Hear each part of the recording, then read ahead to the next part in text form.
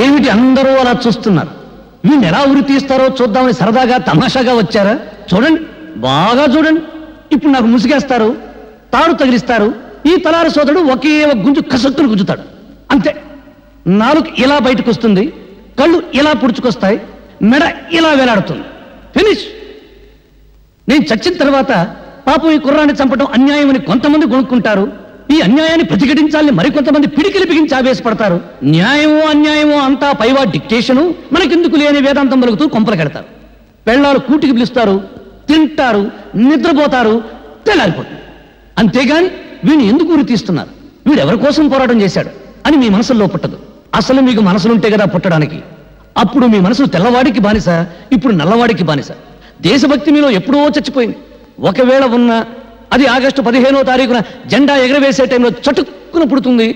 జనగణమన అధినాయక జయ హే అని పడగానే పుట్టుక్కున చచ్చిపోతుంది. అది అద్గది పుణ్యభూమి నాది. హోంవర్క్ చేయలేదని పిల్లాన్ని, కూర సరిగ్గా ఉండలేదని పెళ్ళాన్ని తిడతారు కానీ మాకేం చేశావని ఎప్పుడైనా ఏ మంత్రినైనా నడి రోడ్డు మీద కాళ్ళను పట్టుకుని నిలదీసి అడిగారా? ఓహో, దమ్ము లేదు. తరతరాల నుంచి మహారాజుల దగ్గర నుంచి నేటి రాజకీయ నాయకుల దాకా వాళ్ళ కళ్ళ చుట్టూ గానుగుల్లా పినుగుల్లా తిరగటం మీకు అలవాటైపోయింది.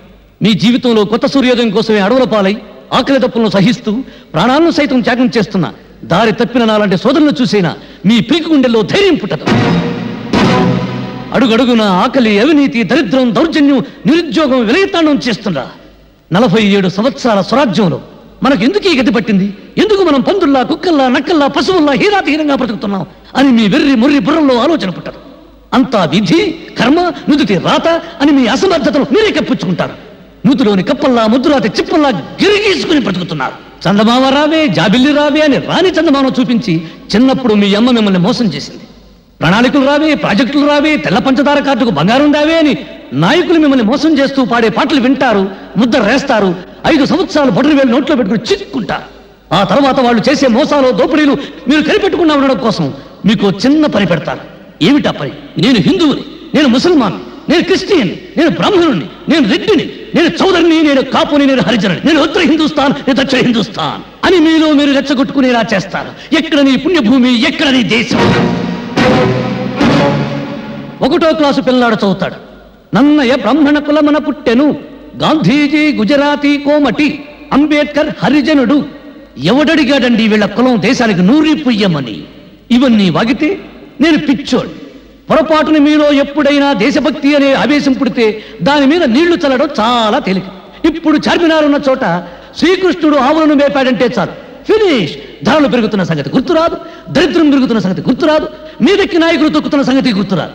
శ్రీకృష్ణుడు, ఆవులు, చార్మినార్ ఫలోమని పరిగెత్తుకుంటూ వెళతారు, ఒకరికొకరు నలుకుని చేస్తారు. జయ హే పుణ్యభూమి నా దేశం.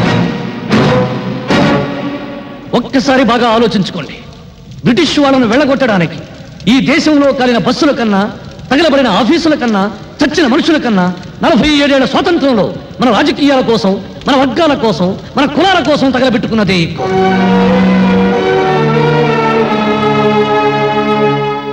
ఏమిటి అందరూ మౌనంగా నిలబడ్డారు? మీ మౌనమే మీ బ్రతుకులకు సమాధి, మీ మౌనమే మీ బిడ్డల జీవితాలకు సమాధి, మీ మౌనమే జాతి చైతన్యానికి సజీవ సమాధి. ఎవరికి లేని తుల జల వీడికెందుకు నవ్వుకుంటున్నారా? అయితే నవ్వండి, బాగా నవ్వండి, నవ్వండి. చీమల్లా దోమల్లా బతుకుతూ నలిగి నలిగి నలిగి చావండి. నాకు ఈ జీవితం వద్దు.